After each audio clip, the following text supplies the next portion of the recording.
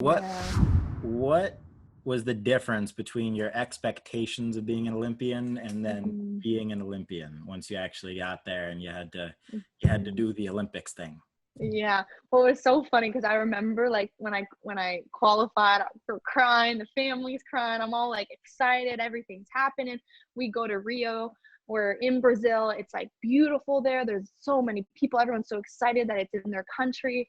And then it was like it was over, and I was Really? like, "Whoa, what just happened?" I felt like I was taking it in, but I wasn't because I was so focused on performing well and jumping well that it almost like hurt me because I put so much pressure on myself instead of just going, having fun, and doing what I was doing all year to qualify for the Olympics. And Yeah. I think if I were to tell first time Olympians, it would always be take it in, but at the end of the day, the sun will always rise. And that is what you have to have that mentality around, because I remember, gosh, the morning we had qualifications, I think at 10 a.m., I had to be in the checkout zone 3 hours before. So that's 7 a.m. So I had to eat about an hour and a half before. So I was up at 4, but I took melatonin Oh at no. like at like 11 p.m. Oh and I had to be no. up at 4. And I was like, Alysha, like, what are you doing? You've never taken melatonin. You've never done this. And so I was trying to do all these things. And it was like, Alysha, just calm down. Like, take it in, do what you're used to do, and then just go and have fun.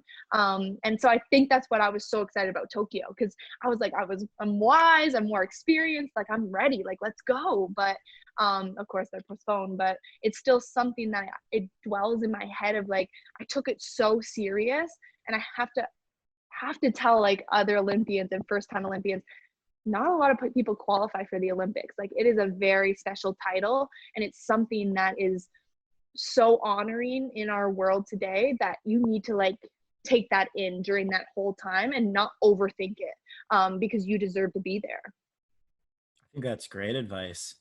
Um, it's so funny too. I've heard a lot of wild stories about parties going on and stuff like that, Yes. which seems Mhm. so, antithetical to what an Olympian is. Did you see any of Mhm. that while you were there? Oh Were my there gosh, parties going yes. on between the athletes? Were athletes Mhm. mixing? What what was going on? Mhm.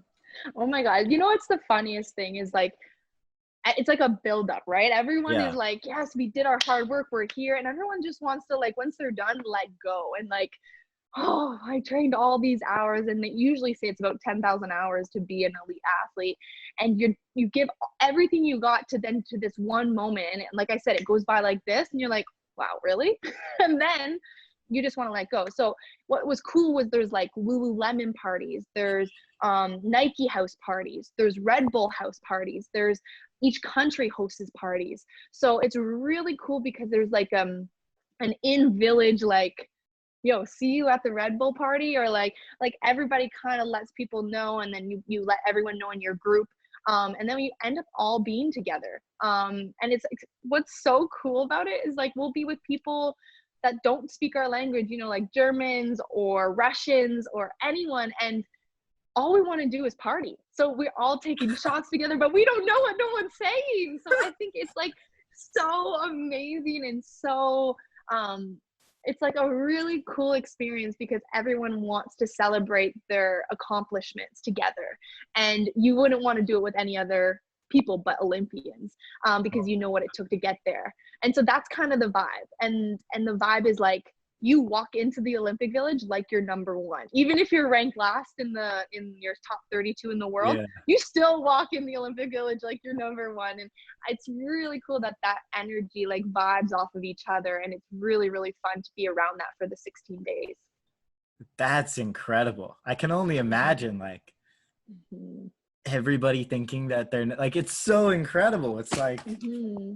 And you meet really like legendary people too, like Michael Phelps was there, Usain Bolt was there on my last Olympics. We were out in a club and we were all partying together, and it was really cool to see an environment of like people that respected each other because of the title.